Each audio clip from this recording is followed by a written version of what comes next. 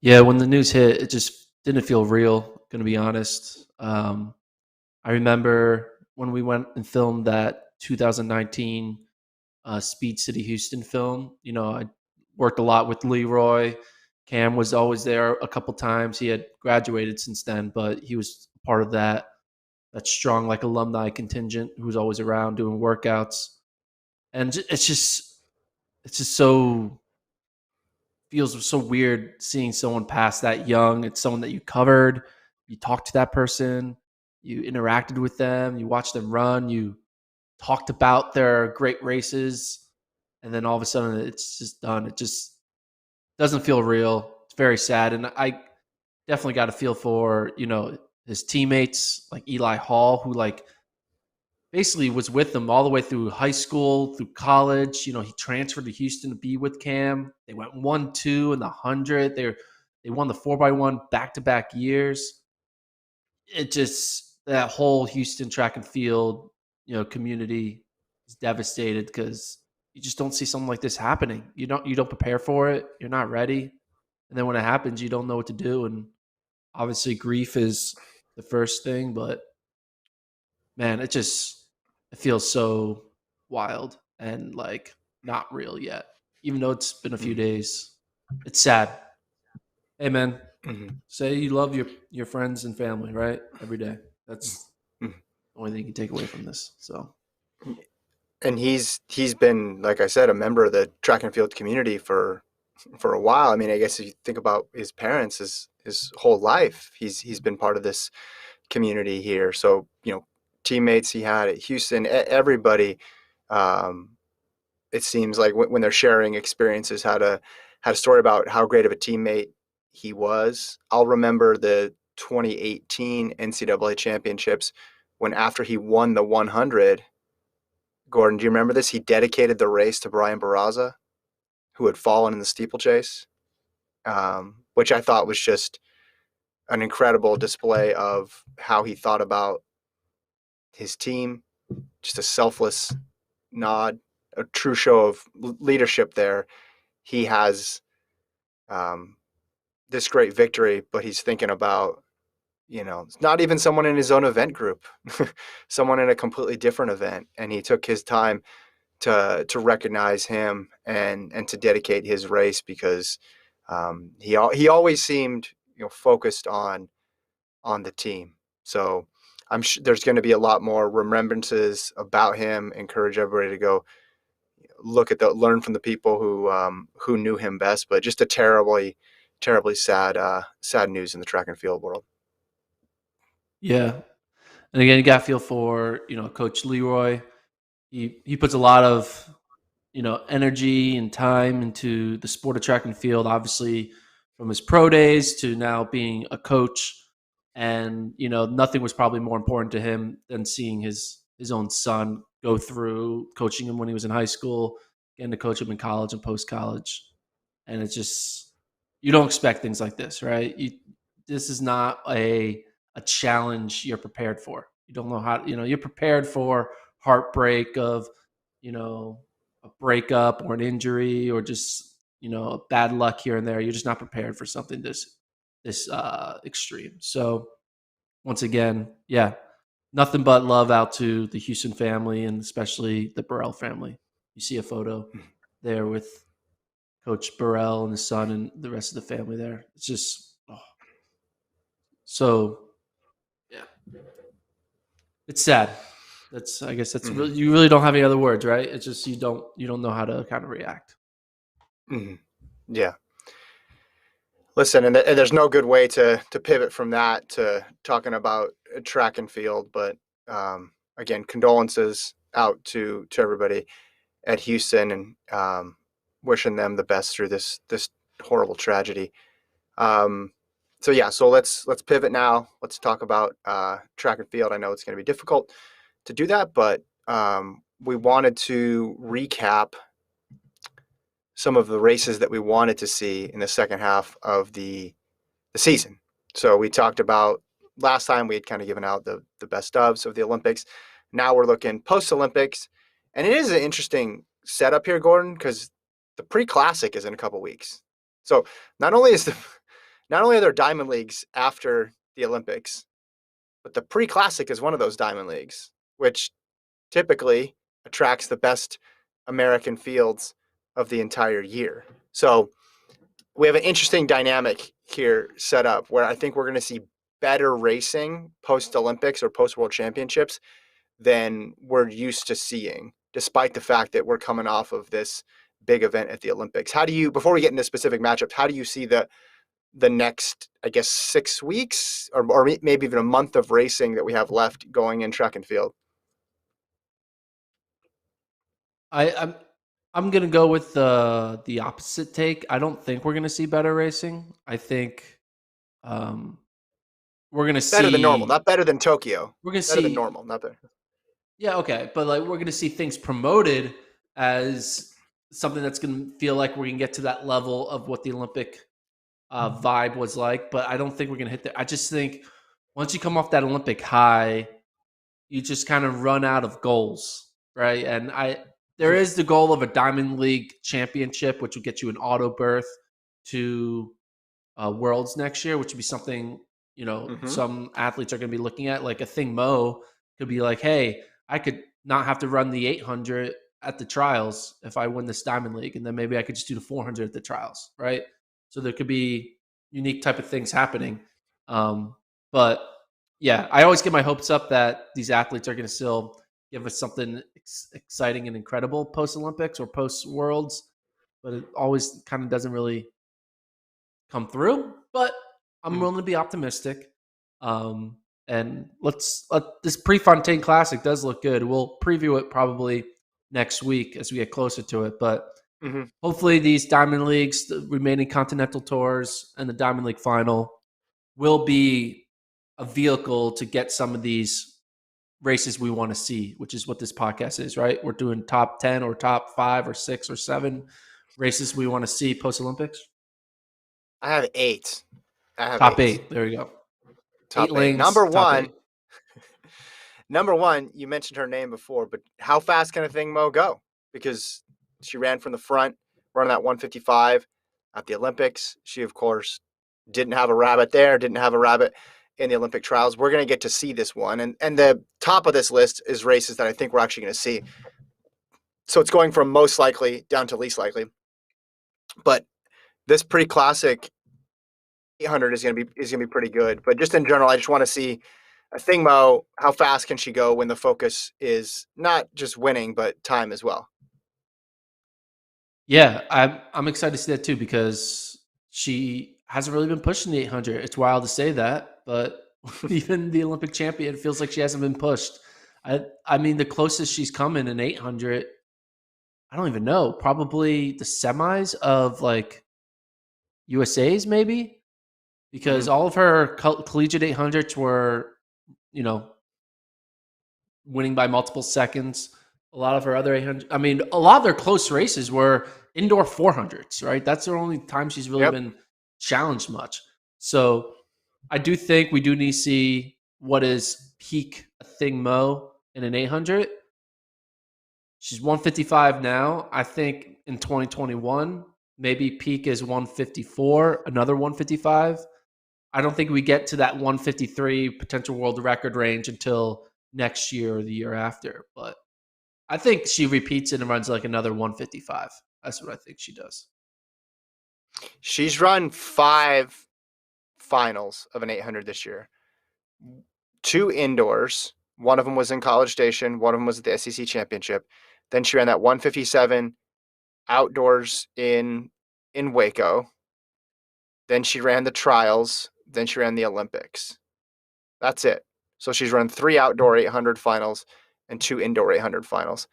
I think so the margin of victory has always been very comfortable. Now, the question is, how does she respond to a rabbit in this race? Because this is an all-star field here. You have all the medalists. You throw in there as well Natoya Gould, who's really good in these fast time trial type races.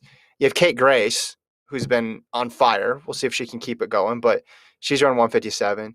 And then you have Gemma Riki also and Aja Wilson to go along with, like I said, the podium from Tokyo, which included Rogers and Keely Hodgkinson. But I think the the bigger question here is how fast does the rabbit take the field out, and is she able to tow Mo along to a faster time than she had? Because it's not guaranteed in the 800. We've seen David Rudisha break a world record without a rabbit. We've seen Kasia Semenya time and time again. Some of those Diamond Leagues, they didn't even give her a rabbit. Like, they just saved money on the line item on the budget. There's like, you're going to be the rabbit because you'll be fine. And then she went out and did it like over and over again. So I don't know. Like, she hasn't run in a ton of like rabbited races just in general. So I just want to see it where the pressure is kind of off here, right? You have to feel, hey, you're playing with house money. You have the pro contract. You just won the Olympic gold medal. You anchored the 4x4. It's a total you have nothing to lose type race. Yeah. And I think that nothing to lose type race could result in her running slower in a weird way. Sometimes nothing to lose makes you go out and run incredible, but also sometimes nothing to lose means you're just there because say I'm just here so I don't get fined, right? I'm just here so I can do my due diligence and collect an appearance fee. And, my body's been through a lot. It's been through an indoor season, an outdoor season, a second outdoor season. The expectation that she should still be on fire August 12th, which is probably when she enrolled in school at A&M last year. It's just like not really as realistic. So she started her season early, right? January 16th, maybe. Did she run a December meet? Maybe she even ran a December meet. I don't know. So January 16th. It's not like she started her season in May like a lot of other pros. Yeah. No, that's a great point. I'm just saying the expectations are off. She doesn't like there's no if she went out here and ran slower or even got beat, I don't think anyone's gonna say, well, that was the whole season for you. She's done everything that she possibly could do. I just wonder, hey, can she crack 155? It'll be fun to see. All right, that was the first one. Second one, same meet. We're getting this again. Ingebrigtsen versus Cheruiyot in a 1500/mile part third. No, what are we on? He was 0 for 10. 14. 1 for 11. 13. No, 12. No, it's 14. 12. It's 14. That was they raced 13 times. I'm just counting miles in 1500s because it was even. It was 0 for 10. Okay, and now he's 1 for 11. Can he go 2 for 12 or will he be 1 for 12? I'm very interested in this race. Also, a little more star power there with Matthew Centrowitz in there for the U.S., Jake Hayward, Oliver Hoare. I just want to see if there's a trend developing. And I know it's going to be hard to know based on this one race because they're flying all the way to the United States to compete in this Bowerman Mile. But I just wonder, was that victory a trend or is Cheruiyot able to reverse it? Because we're getting a situation, Gordon, where Diamond League miles and 1500s look an awful lot like World Championship and Olympic finals in Diamond Leagues. So we can't just write them off and be like, okay, well, he's good in the time trial, but he won't be good in a championship style race. I think we can read more into these than we could in times past. I mean, after Jacob won the Olympic title, I made a statement that I thought the dam has been broken, and now it's Jacob's time to dominate the mile at the world level. It's funny looking at this graphic. It was Cheruiyot was the dude. He was the man, and now I think Ingebrigtsen finally broke his streak, and I don't see him faltering. I mean, obviously, he could always be like, I have a side stitch, or I don't feel well, or whatever.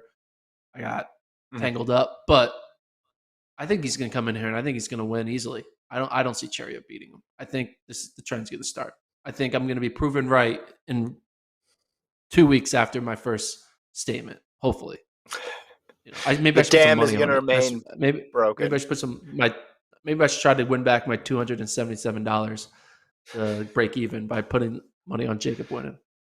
Well, and I wonder if Cheruiyot adjusts the strategy and he thinks, hey, Ingebrigtsen's tough enough to where he can kick me down now. Maybe I'm not going to be the guy who leads this race through the 1200 again. Maybe he'll get somebody else. I think it will help though that there is a rabbit because he won't have to stay up front as long. He'll have some help, but yeah, the gap obviously is either non-existent to gone at this point. But you look at that streak. I'm going to give Cheruiyot a little bit more credit. Maybe he has a chance to punch back here. We'll see. Yeah, I don't know. We'll see. It's gonna be fast. I don't think that's gonna be a 3:52:51 win. I think they're gonna try to run PBs. So I think they're gonna winning times gonna be 48-47. I think. 48-47. Okay. Yeah. Well, that's the other part of this too. I know we just talked about the time with the women's 8, but the time would be interesting as well too. These, they both run 3:28 now at the end of rounds. Tokyo track was fast. I get it, but what's 3:28 get you? 3:45. It's pretty fast. Pretty Got yelled at for fast. calling. I got yelled at for calling Jacob. Hey, it's just a dialect issue, okay? Jacob. You know what I mean, okay? It's Jakob. I'm sorry. I got yelled at one time for. What do you call him? Lil Britson? J.I.? Lil Britson? I like that. Maybe we'll call him Lil Britson. But he's not Lil Britson anymore. He's just Britson. Like, he's the dude. He's the guy. He's Golden Britson now. Yeah, I call him Lil Britson, Mill Britson, and Elder Britson before. I was watching a broadcast, actually, because I was going through some footage for a project that may or may not happen. And the commentator called him Philip until there was 50 meters to go in an indoor race. And then switched to Jakob for the last 50 meters. So at least he didn't do that. It could have been way worse for you, Gordon. All right. Yeah. I pissed a lot of people off with my pronunciations. Oh, well. Number 3. And I will say, in Gordon's defense, it's not because of it doesn't discriminate based on where the person's like. He'll screw my name up randomly. He'll be like, Kaveen, what's going on? I'm like, wait, what? Where did that come from, Gordon? That's not how you say my name at all. Like, it can come out any time of day with any person. Not even, a place. It doesn't even need to be a person. It could be anything, a food. Doesn't matter. Number 3, let's go to Warholm in the 400. I'm curious to see Carson Warholm in a 400. Now, he said he's going to run it in Lausanne. His PB, he's run sub 45 before. He's also never run it coming off of running a 45.9 in a 400-meter hurdle race. I would like to see Ry Benjamin in here as well, because I want to see these two match up in whatever race they do. You love the person running a 400 who's not a 400-meter runner. They could be a 200-meter runner. They could be a 400-meter hurdler. They could be an 800-meter runner. It doesn't matter. So he's run 44.87. So he would only need to drop about he has to run basically 1.1 seconds faster without 10 hurdles in his way. Do you think he can do that? I'll tell you what he can do. I'm bringing it up. I'm going at the points table. Oh, wow. That's going to give him a lot of credit. His 45.94 is 1,340 points, which for an outdoor 400 is 42.77. So he's going to run 42.77. Just knock a few tenths off that world record. So Carson Warholm broke the points table is what happened there. Broke the points table, yeah. He found the limit. So, he's going to run 44 low. That's probably what he's going to run, right? I don't know, man. It'd be pretty crazy if he ran 43, but I think he can run 43. Yeah.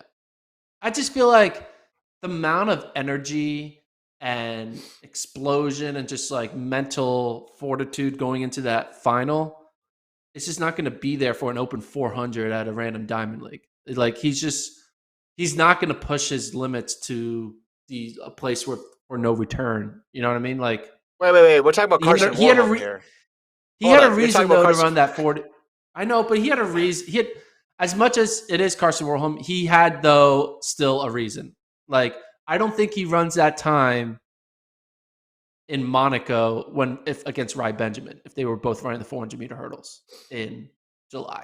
Do you think he runs 45.9 against Ry Benjamin? No. Right? But even if he ran, all right, but even if he's in shape, if you're saying he's in 46 high shape for the hurdles, not 45 high shape for the hurdles, that's still like he ran he ran when he ran. This is not the greatest comparison, but he ran that 44.87 in 2017.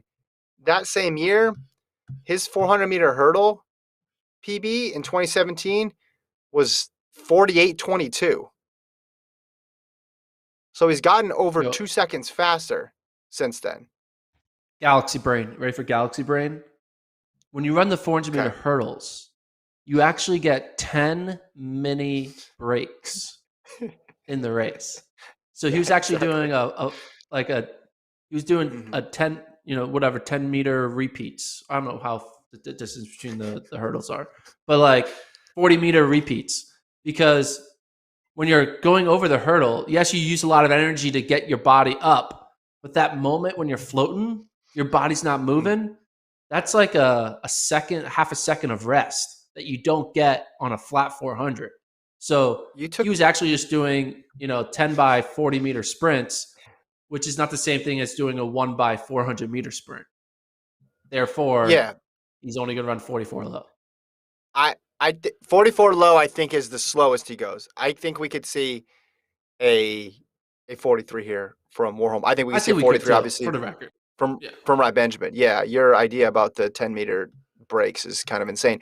I listen. I mean, his technique obviously improved, so you can't just draw a straight line and say, well, he ran 44.87 in the flat four the same year he ran a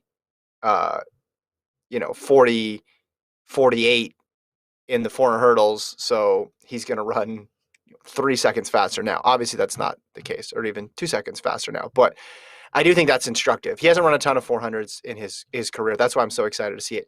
Listen, top of the Here's list. the question. I'd like to see him and Benjamin run it back in a 400-meter hurdle race, but we're not going to see that. That would be the top of the list. Here's a question.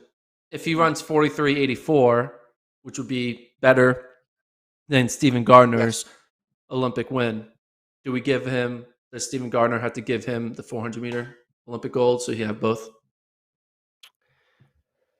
Well, I did say last year, 2 years ago, that Sifan Hassan won the 5,000 in Doha, even though she didn't run the 5,000, because when you win the 15 and the 10, you have to give up the medal in between.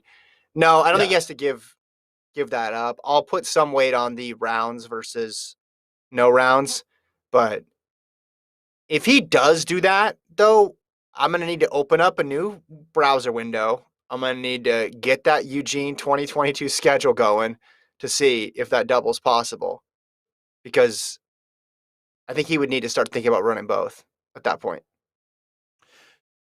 Here's the thing. Just got a comment from someone on YouTube talking about Warholm. Whenever we see someone do really well in a 400-meter hurdle, you kind of just want them to do other things, right?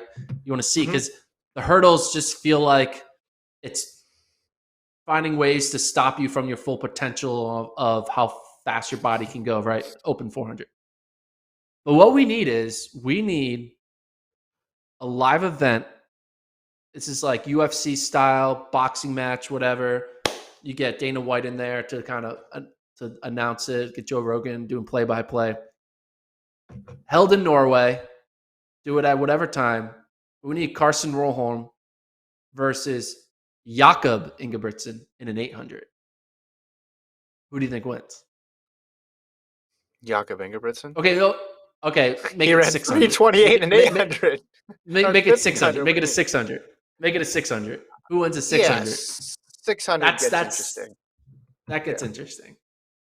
yeah. Because it'd be kind of cool. Both Norway boys just going at it. Yeah. King of Norway. That's what we call it. The King of Norway. This could be like a la, who is it? Michael Johnson versus Donovan who do Bailey. you race? Donovan Bailey. We could do Mm-hmm. that. We could do that again. 600. Carson Warholm versus Jakob Ingebrigtsen. 600 meters. Live from Norway. King of Norway. Winner gets the key to the city. The You key to the get the country. winner gets the last Viking hat. They only make The one last more, Viking and helmet. they get it. 600, I go Warholm. Anything above 600, I'll go Ingebrigtsen. This Okay, what about 400 he runs. 610 meters? 610 meters. Anything above 600, I'm going Ingebrigtsen. 601, Ingebrigtsen gets him. That's where I'm staying. Do you remember when the Bolt Farah stuff came out, and then someone did an analysis about what the best distance for them to race, and it was like 587 meters or something. I remember I was at a pre-classic and I asked Farah about it, and he just kind of laughed. Well, here's the thing. Like, there has been other 400-meter hurdle / 800-meter crossover. Like, some people, there's the Yeah, yeah, argument, they say 400-meter hurdles is the hardest race. Some people say it's the 800, so you have that in common. But we saw like Brandon Johnson. Was it Brandon Johnson who yeah, was a yeah. 400-meter hurdler and was able to run 144, 145 in the 8? I think Carson Warholm, his work ethic, I think he could run a fast 800. I think he could run I a think you can run. 145. I think not maybe not 145, but he's pretty big. Jakob's run 146, but that was before he became a 328 328 guy. runner. I guess he did that last year, 2020. So he'd be right around that range. It doesn't seem fair for Warholm to run without hurdles because those seem to be the only thing that keep a lid on his just sheer force of will across the track. Like that, his first 200 in that 400 Lausanne without hurdles is going to be nuts. Someone get a watch out for that split because I just feel like the only thing that keeps that guy contained is the fact that he has to stay on Slow down for schedule the with his hurdle. steps. Yeah, slow down and stay on schedule with his steps. Otherwise, he would just be completely out of control. So I'm really looking forward to seeing it. I'm looking at the last time he ran a quarter. So he ran a 400. He ran one indoors in 2020, 45.9 indoors. 2019, he ran 45.05. Oh, this is indoors. Sorry, excuse me. Yeah. 2019 ran 45.05. So he's run a 400 pretty much every year. He just hasn't set a PB since 2017. So I think PB for sure. Low 41, I think is the floor, and then I think it goes from there. Next one that I want to talk about here, Gordon. Controversy in the next one. We're gonna What's controversial about it? We're gonna anger an entire nation with my analysis of it. Well, no, Sha'Carri Richardson's running the pre-classic. We haven't seen her since USA's. I want to see her run again. Why is that controversial? Well, I mean, we had a little conversation about would Sha'Carri have won the Olympic final. Well, your argument made no sense there. But yeah. 453 comments of Gordon, you are the worst human being I've ever heard, which is great. I most of them were that. me, but most of them were you, or burner accounts from you. But yeah, I am excited for her. I don't think she's going to run that fast. I think she's going to be coming off of. I don't know. I just feel like there's just. I feel like it's going to be a little bit of a letdown. Going. I feel like it's going to be a letdown. Yeah. I don't know if it's going to be a letdown because she'll make it exciting, but it's tough. You're going full gas in your season, then you have to stop. Yeah. And you get back going again. Can she put down a low 10.7, high 10.6 on that track? Good conditions? Probably, but it's less of a sure thing than I think it was before.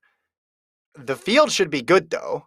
I haven't seen they haven't announced it. I'm looking right now at the start list. They don't have the official start lists up yet, but because it is the pre-classic, I think we're going to get, I would guess we would get some other Nike athletes, and there's a lot of high-profile Nike athletes. I don't know if we're going to get Thompson Hurrah or Fraser Price there as well. Those would obviously be the big two that we want to see. But yeah, she'll see. I mean, she hasn't run since June 19th. So this will be basically a 2-month period. Now, there's the motivation factor though too. Is there anybody more motivated to run fast right now in all of track and field than Sha'Carri Richardson?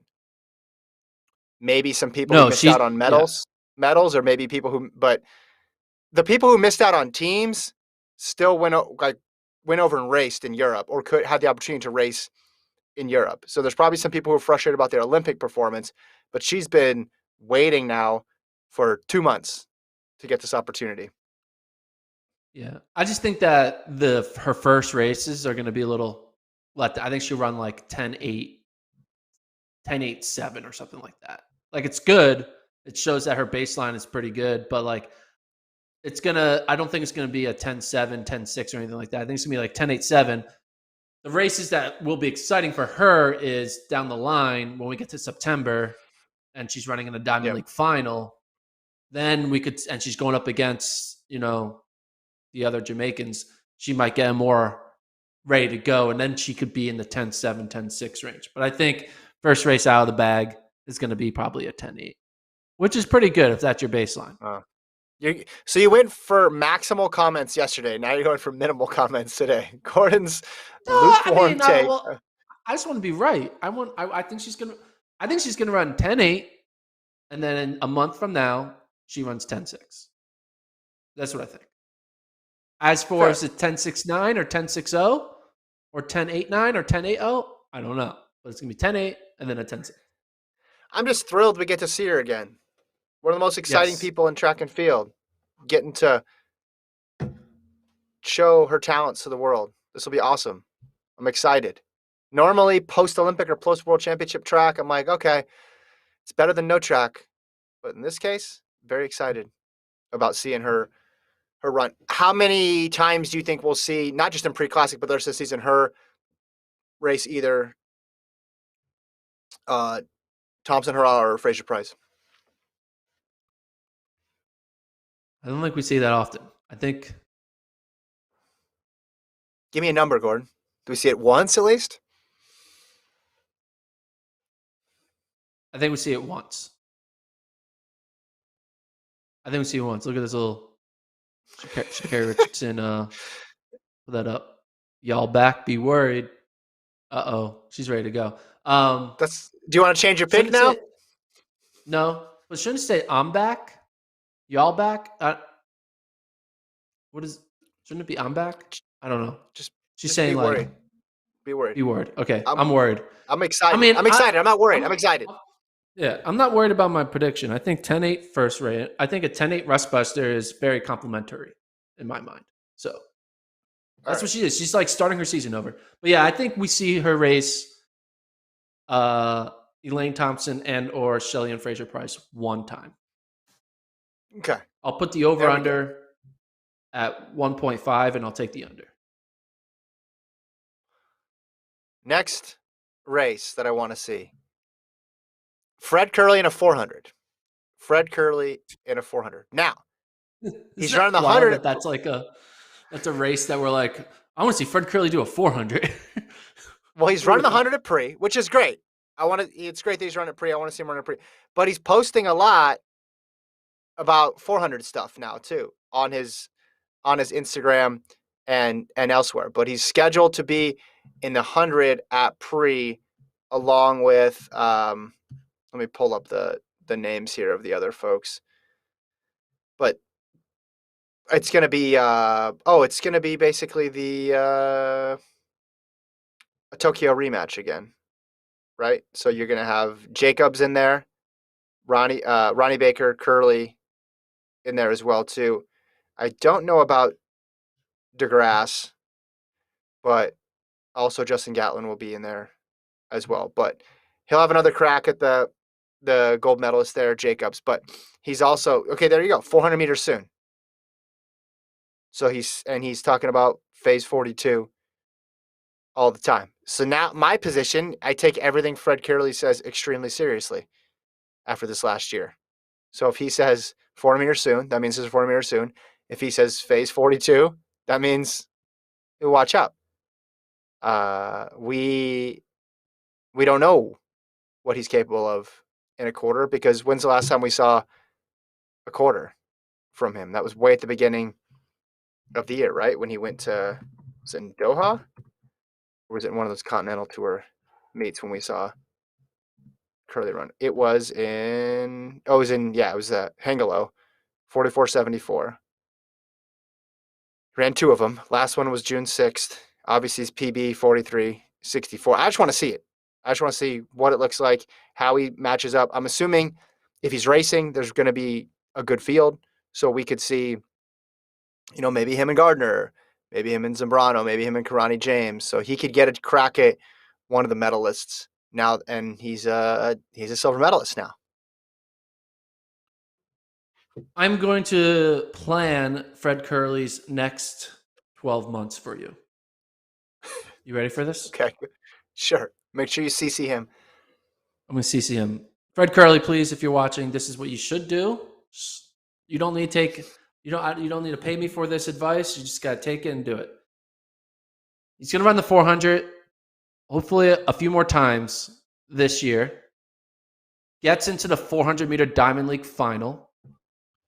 Wins the 400-meter Diamond League final, which secures him a wild card berth into Worlds next year, which means he doesn't need to run the 400 at USA's.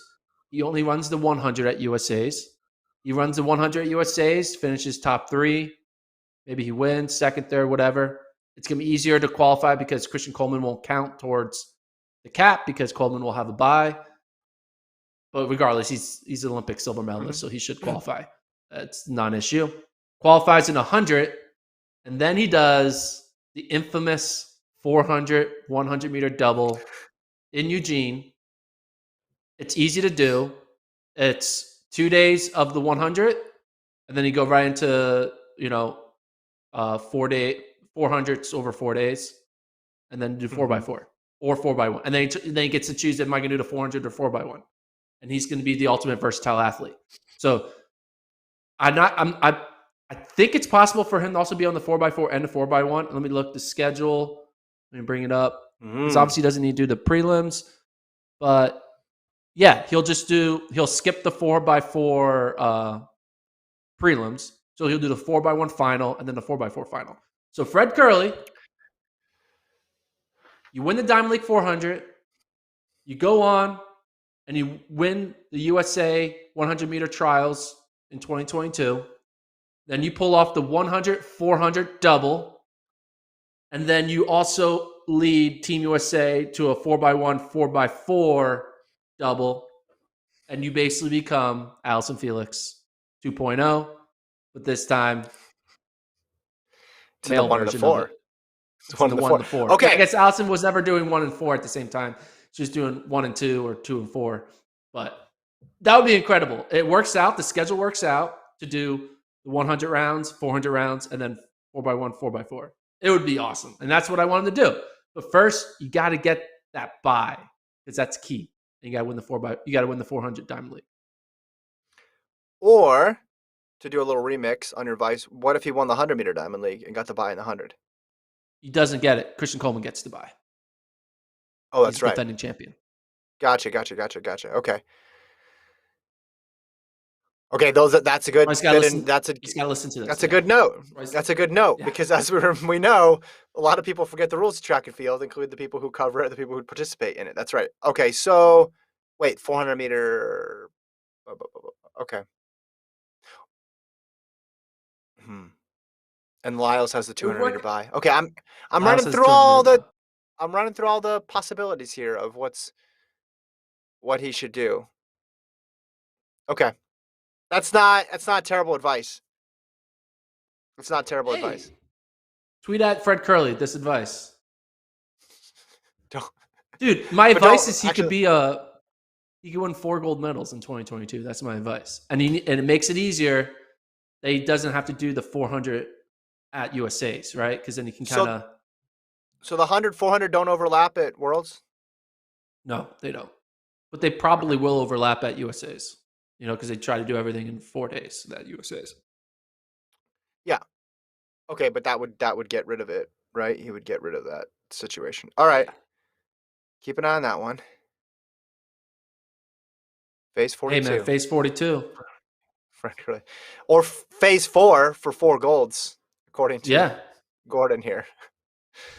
All right. 4 golds in 2 disciplines, the 400 and the 100. Oof. That's what it is. There it is. That's what he really meant. 3 more here.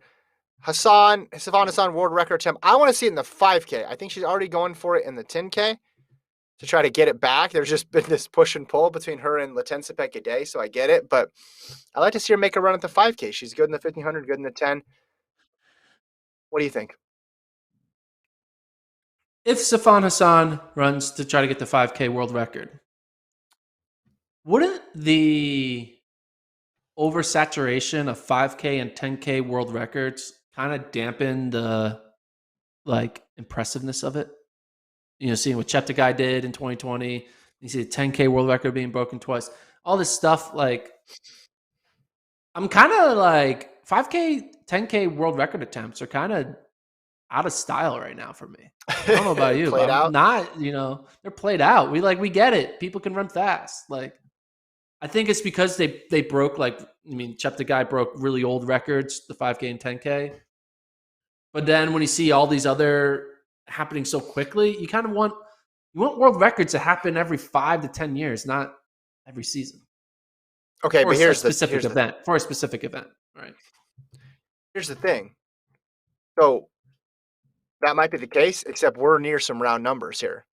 29:01 is the women's 10K world record. 14:06 is the women's 5,000 meter record. Obviously, the 5,000 is a bigger challenge, but I feel like she hasn't really had that many shots. Her PB is 14:22, but so she could definitely knock some time off there. She just beat a lot of women who have run a lot faster than that. I'll take the world record attempt in either, especially if she's going to smash through that minute barrier there in the 10 or the 5. But I just want to see what she can do in a 5 because I don't think she hasn't had as many shots at fast ones as she has in the 10 or in the 1500.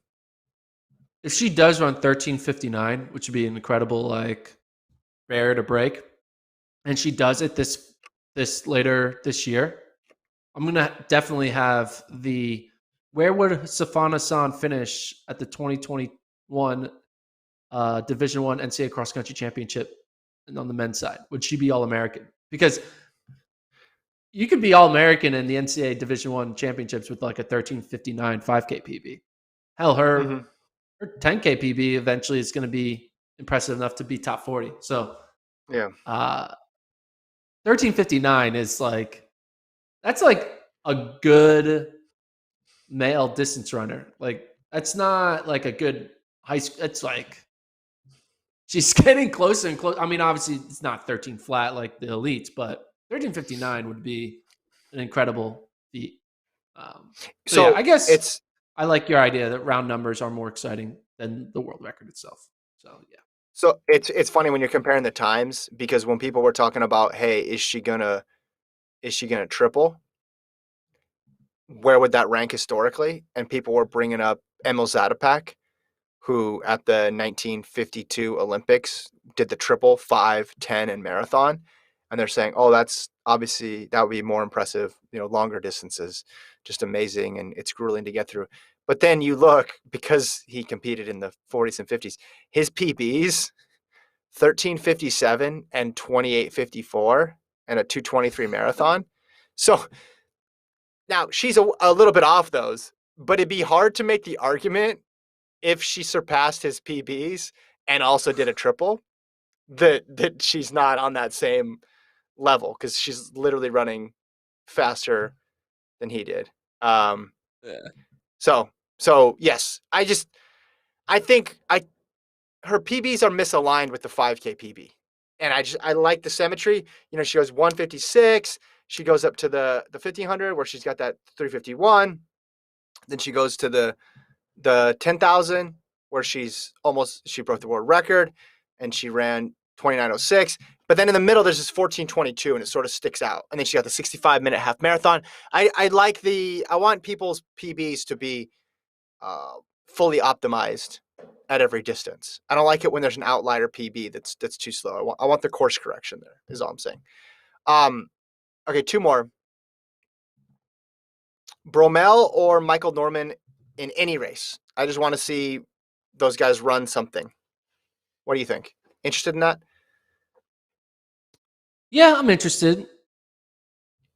But at the same time, I don't think we're going to see 43-second Michael Norman or 9.7 Bromell, right?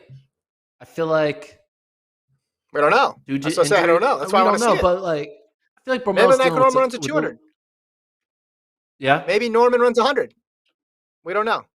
We don't know what's going on with them. That's true. I just want to see it. I just want to see them compete because we never really got much of a. I mean, we got some quotes afterwards, but never a huge response.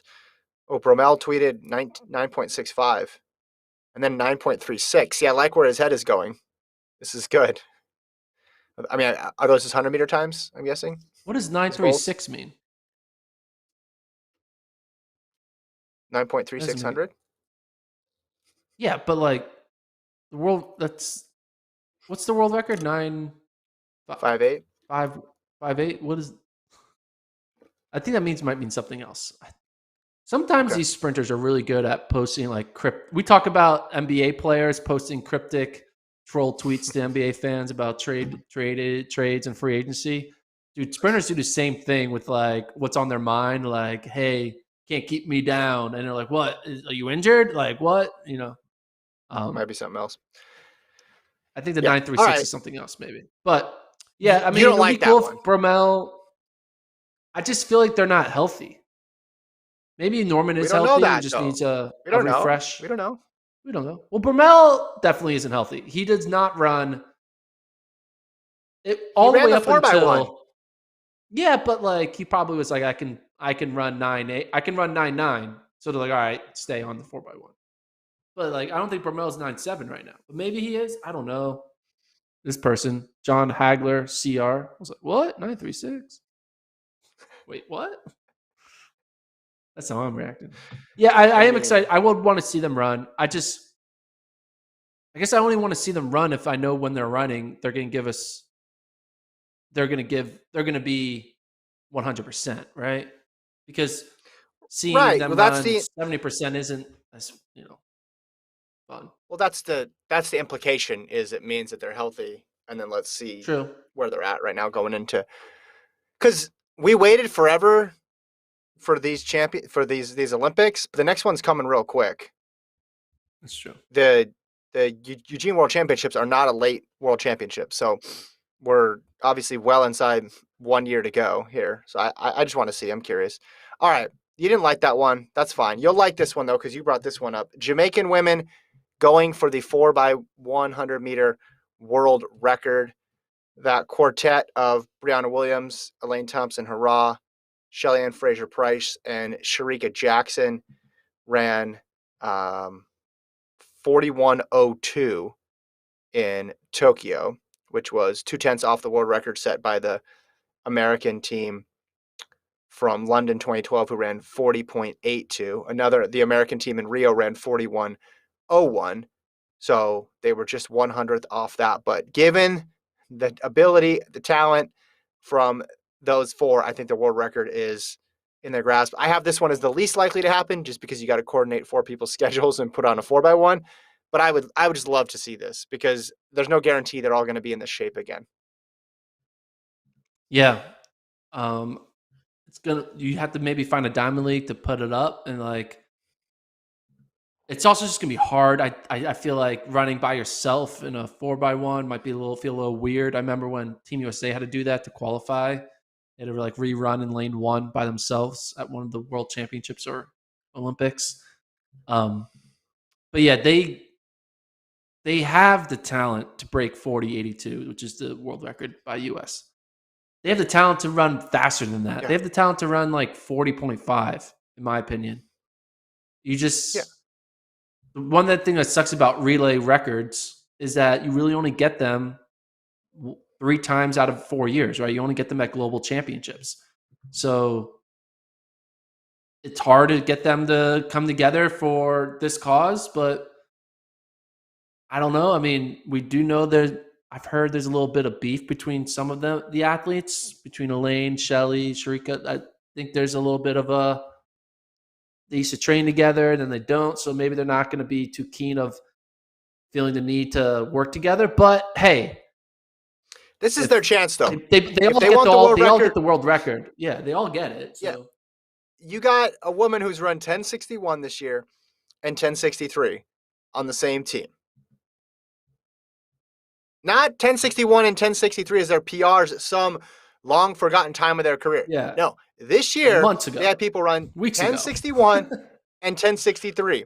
They're number 2 and number 3 all time from this year. Then you have Cheruiyot Jackson, who's a bronze medalist and ran 10:76. Compare those times to the times run by the American team that broke the world record.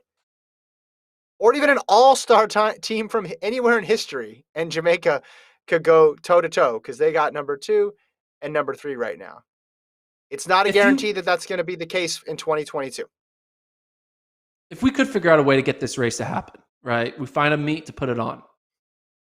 Obviously, having them by themselves in a 9-lane track is going to feel a little weird and might kind of screw up their flow.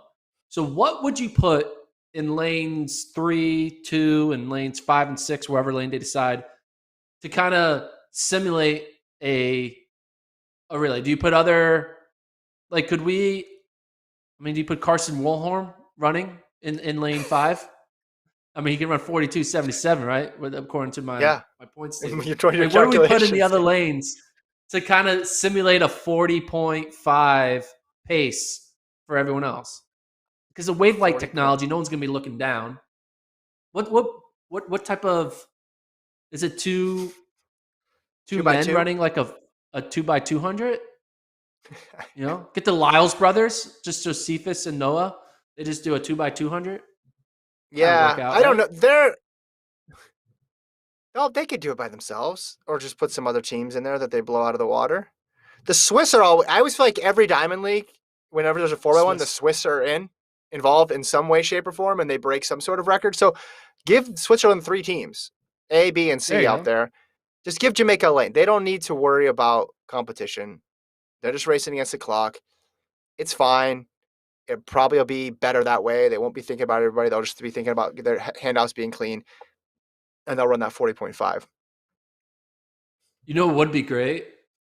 If they do this, and they do it at a meet where Sha'Carri is running the 100.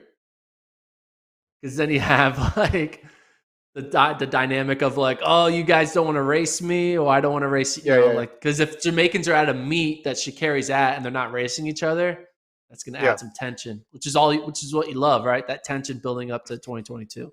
I mean, obviously, we love them just straight up racing each other, but yeah.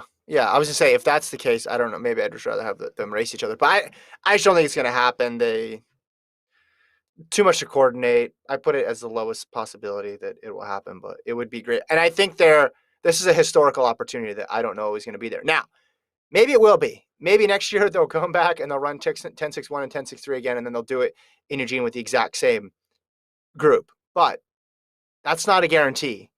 And when you have 2 historical greats on your team and then 2 other really good runners, you got to take advantage of that while you have it. Yeah, you do.